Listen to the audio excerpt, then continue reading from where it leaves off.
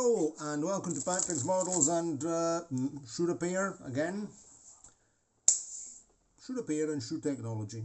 In this case here we're talking about women's shoes again. So, this is a man-made suede pump with or court shoe with a 9.5 centimeter, is it 9.5? Yes, a 9.5 centimeter heel. So you measure the height of the heel, as I said in another video, from the base of the heel, from the tip up here to where the heel meets the upper. Because this measures the exact elevation that the person wearing the heel benefits from, let's say. But that's enough about, just the technical thing. So what have we got to do on this shoe? This is a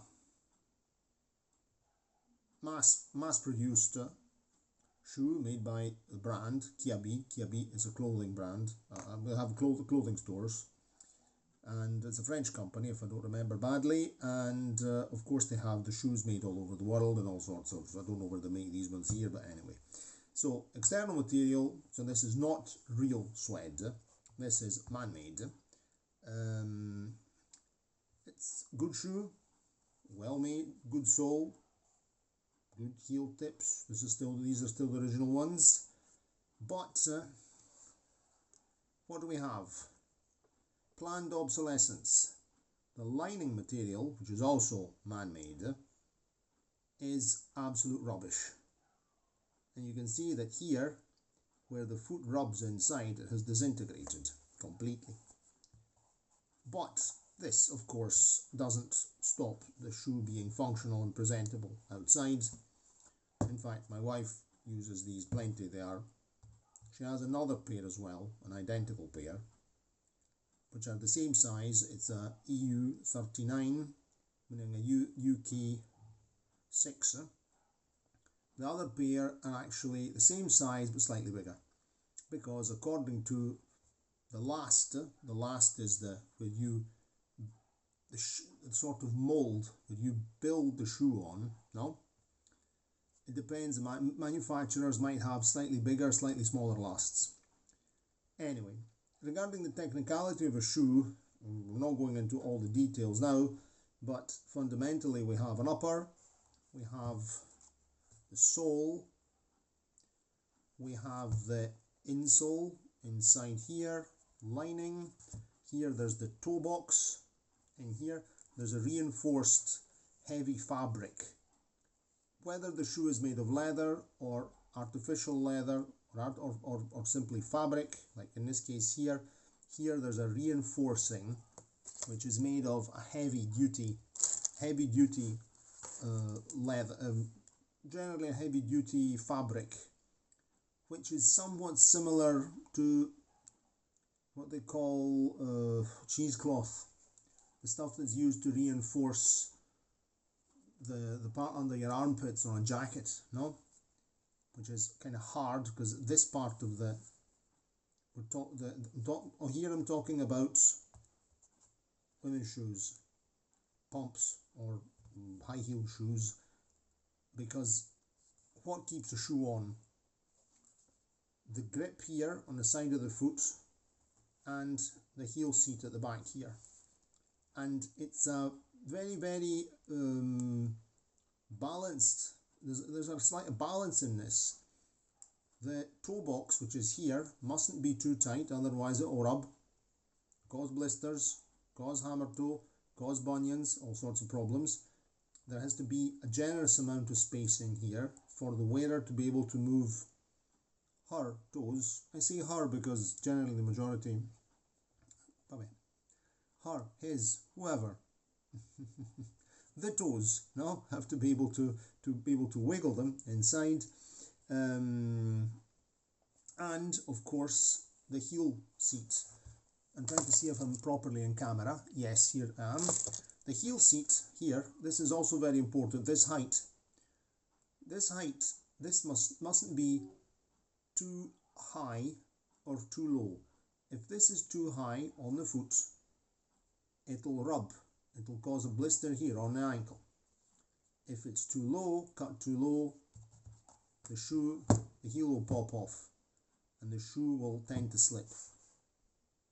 This kind of shoe in general, they do have a tendency at slipping off after they've stretched a bit at the front, so then the wearer might want to put a heel grip here to stop them from slipping off, or whatever, whether the wearer is comfortable with a slacker shoe, tighter shoe, etc. But the whole thing is that they must be tight enough to stay on but not too tight. That's the main thing. Then we go back to the other. So what's happened here, this has come unglued, so this is what I've got to do tonight. The insole has come off, disconnected, so I pulled it off of it. I'm going to glue it on. Generally, if we were working, putting an insole in, I would be using Bostik, this kind of glue here. Excuse me, I'll get it just to show you. Of course, I don't have shoemaker's glue. I don't have the proper stuff. You put it on with a brush, cobbler's glue. But I'm not a cobbler, I just do odd repairs. But I've worked for the shoemaking sector, and the shoes are a very interesting technical clothing item. They are maybe the most technical of all clothing items. Why? Because when a shoe is designed, you can design clothes in all shapes and sizes, you know, trousers with short stovepipe trousers, bell bottoms, anything you want, wide lapels, etc. Imagine. But a shoe is the design of a shoe is always dictated by the fact that it has to be able to fit a foot, and the way and the person who's wearing it has to be able to walk. Okay, longer or shorter distances according to the height of the heel. In this case here, this is a 9.5. My wife she likes wearing heels. She uses them plenty, as you can see. And of course, the main thing is that you have to choose them well. That's the whole point, because it's apparently it's a skill, but she's a natural. She's never had problems. But anyway, that's the whole point. The thing is that the important thing is, and I was told this by a shoe designer, not by the designer who actually designs the famous name, but by the collection designer, by a collection designer, a very professional I met working for the shoemaking polytechnic of the Ribera del Brenta shoemaking district. He told me this. He said the design of a shoe is limited by the fact that you have to be able to wear it. It's a functional shoe. And if let's think about considering high-heeled shoes, which are sometimes labelled as unpractical. Okay, definitely. They're not practical for certain situations. They may be practical for other situations. But if we just look at the function, in this case here, form and function go hand in hand. Or form follows function. The function of the high-heeled shoe is to make the wearer look taller, do a sort of elevation effect, and to obtain this, the rear part is raised, right? And in this case here, it's a very simple design. So high heel, thin, this is what you call a stiletto heel, and it does the job perfectly. And for its purpose, this is very functional. Much more functional, in my opinion, than things with platforms as well, because we have to think that the shoe that has also got a platform, a high heel and a platform. The platform is rigid and it won't bend. This shoe bends. You can see that it's a bit stretched here. So this is the bending point. So this shoe, the wearer has full control all the time. No? When you start having a platform under here which doesn't bend, it's like wearing a clog, then it'll be much harder, no padding, etc, etc, etc. So at least this is what the wife says. Heels with platforms, no thanks. These are perfect. Anyway, what happened here, this part here has come unglued. Generally I would use this kind of glue, this Bostik Super Chiaro.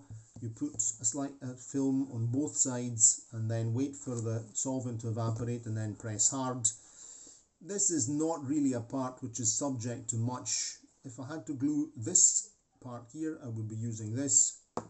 But just to fit this here back in position, I'm just going to use Yoo-Hoo. Because Yoo-Hoo, I don't need to wait for the solvent to evaporate on Yoo-Hoo.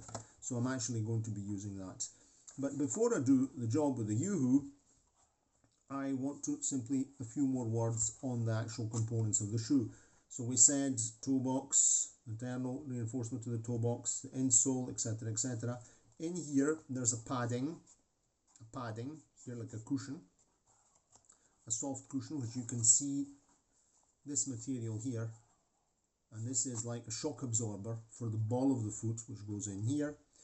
It sits in here, and the other very important part in the shoe, and here you can see that here underneath we have the shank. And if you look carefully now, let me see if the light is showing things. Yes, it is. You'll see that here there's like a ridge in the middle, and here there's a metal plate, a thin metal plate with a ridge in the middle called the shank, and that plate gives rigidity to the shoe and supports the arch of the foot, and it screws on. The heel comes all the way up to the back with like a fork, and the heel is fitted on, and the heel clips onto the shank. So heel and shank are a very, very, very solid structure, and there's no way the heel is ever going to break off. No way. Of course, everything is designed to be able to have a degree of mobility when walking. No, so everything is elastic, but the shank is like a shock absorber, and the heel, it's very difficult to break the heel off for the heel to break off the shoe. Also because the heel is nailed on in position. You can see there are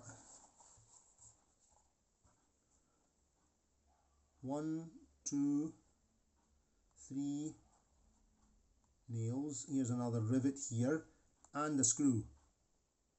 And inside the heel here, we can't see it of course, the heel body is made of plastic, but inside there's a steel pin that goes from the tip all the way up to here where there's the screw. And that, when for example you'll see a high-heeled shoe that loses its heel tip, it wears down, you'll generally see a metal spike here at the end. That's the metal steel pin that goes all the way through the shoe. And if I were to, this is my work light, this is magnetic, okay? If I do this, you'll see that, watch, this is, there's a steel pin in here. So the high heel is a very, very solid structure, and is subject to incredible forces.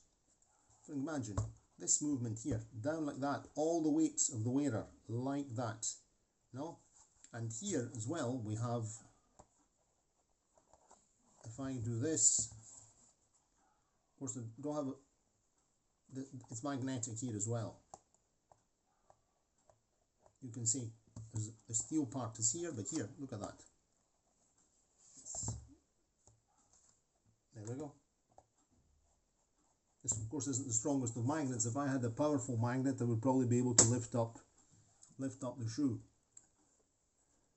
This is the reason why shoes like these have to be removed for the airport security checks, because they'll go bleep.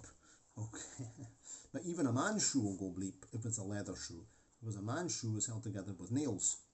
There's lots of nails, unless it's got a rubber sole. If it's got a molded sole, there's no nails. There's no ironmongery in it. But if it's, we'll show you some of my shoes, and they always bleep because they've got nails inside them. Because a leather shoe is held together with nails hammered onto the last.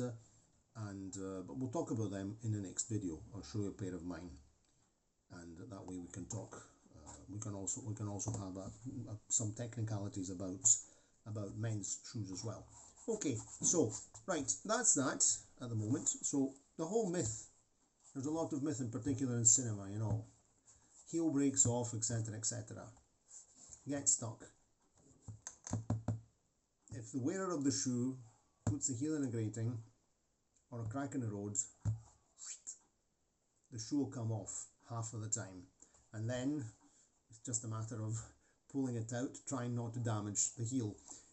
It's very rare that the heel will actually snap off. In particular, in this case, if you look here carefully, this is a heel. This is what you call a breasted heel, because the sole, it's a breasted sole. So that's the sole, and the sole is one piece with the heel. It comes all the way over here. This part here, which in this case is made of plastic, rubber, this is the heel breast, right? And this helps to hold and give extra rigidity to the heel. No? So this, in fact, generally the stiletto heel, this is a preferred design to have the breasted heel. Stiletto, I mentioned this term. When is it a stiletto? A stiletto heel, which in Italian is tacco spillo, a heel can be called a stiletto when it's under, let's say, under a square centimeter. And if you look at the ruler, you'll see that this heel is under a square centimeter. In fact, if I look at it carefully, across the way it's 9 millimeters, like that way, and 9 this way. So this is a stiletto heel. They can come, this is a standard stiletto heel. My wife has another pair of shoes which have an even thinner stiletto heel, so which is around 5 millimeters. And this high heel here, and I will show you a different type of high heel which is not a stiletto heel. This is not a stiletto heel, because look, you can see that this heel here is much thicker. And if we go and see the footprint of this heel, we'll see that it's, getting my ruler, a centimeter, we're at 14 millimeters length and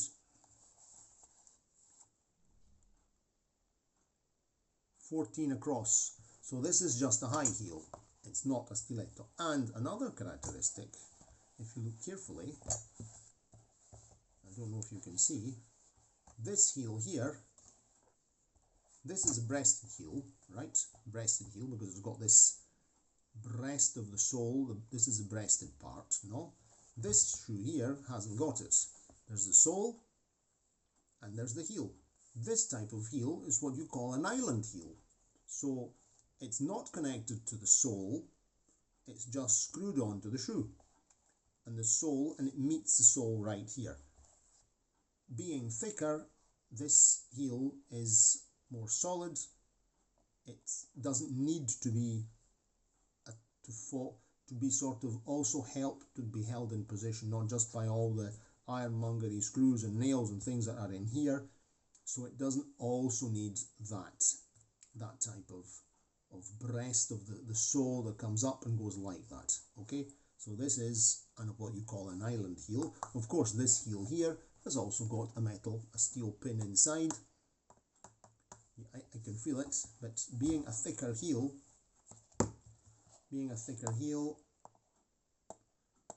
it's not so close to the surface.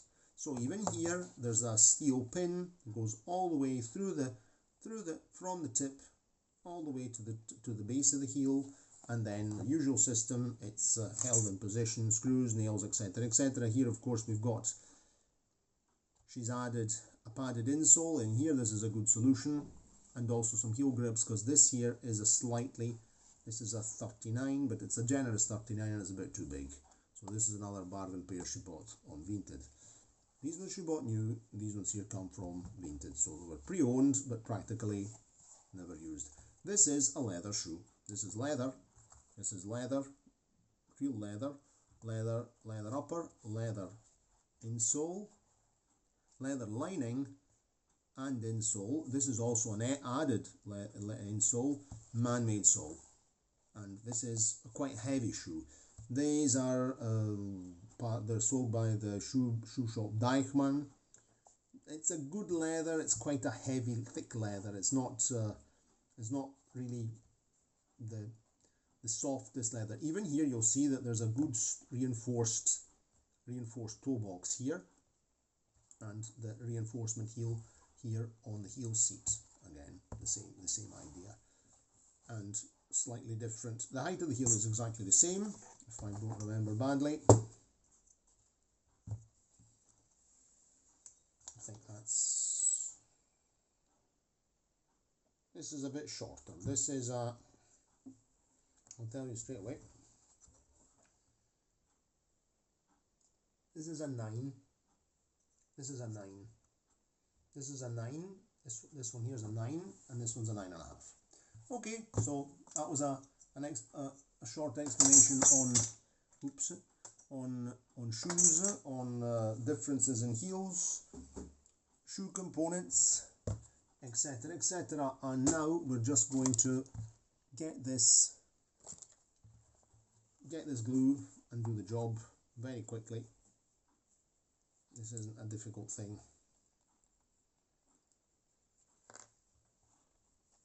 So I'm just going to get cotton bud and put some glue onto here. No, not this one, excuse me. I'm not using this. I said I would use the Yoo-hoo. I'm not using the Bostik. I'm just using some Yoo-hoo because this is not really a structural element, and we can easily use Yoo-hoo for this thing here. Okay, we'll just put a spot of Yoo-hoo on here, like that. I have to buy a new tube of this stuff.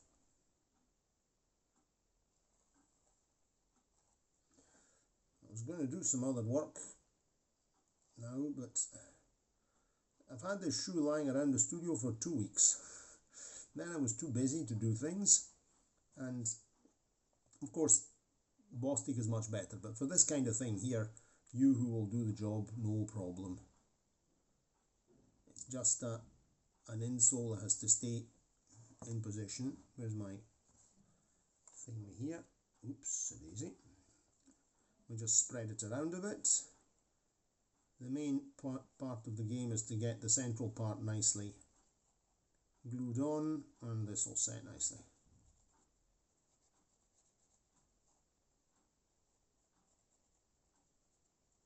Okay. If I were using Bostik, I'd have to put a thin layer on both sides, wait for the solvent to evaporate so there mustn't be any smell anymore, and when you touch it, it doesn't have to be sticky when you use this one here. Of course, shoemaker's glue is completely different. Put it on with a brush, press it in position, it's a different kind of glue. But I'm not a cobbler, and so there's no point in me having such stuff around. But this is generally the kind of repairs I do. Then for anything more complicated, it's a cobbler. Cobblers are getting hard to find, good cobblers. I'm lucky because my cobbler retired, but his son took over the business, and he's a proper cobbler. Not the ones you go to the shopping centre. So in this case here, I always make a joke with my wife. I tell her, better go to the proper cobbler, even if he's on the other side of the town, because if you go to the shopping centre, you'll go in, they'll repair your high-heeled shoe, then you'll wear it and you'll have a pair of flats. That's my joke. Okay, so that's that. I'll just press it in. Look, planned obsolescence, perfectly good shoe, and consumer society, it's scabby inside, throw it away. My wife is not, she doesn't follow the concept of consumer society, and she says, right, if the shoe is nice outside, I continue using it. Another thing she also does is that when she finds a pair of shoes that she likes, she always tries to get another identical pair. See what rubbish. This is absolute rubbish material. Another thing regarding shoes, and you can see this in this very worn and very scruffy pair, is that in the design of a high-heeled shoe, everything that's visible when the shoe is in the shop window or when the shoe is off has to be nice, has to be well designed. And I could show you this on another pair of shoes. I can show you that maybe in another video talking about shoes and shoe design. So that's why everything that's visible has to be pleasing to the eye, let's say, because that's a marketing technique. So, right, being yoo-hoo, press it down, dries pretty fast. I don't need to stay here and press it down for ages. Okay, so that's that shoe, ready for use again. Now it's winter, she won't be using these here much because it's getting cold here, and I'll try and clean some of this rubbishy lining that's coming off. What absolute junk. Bad material, good exterior, rubbish interior. Okay, very well. Cheerio, and see you next time. Back to trains and the like.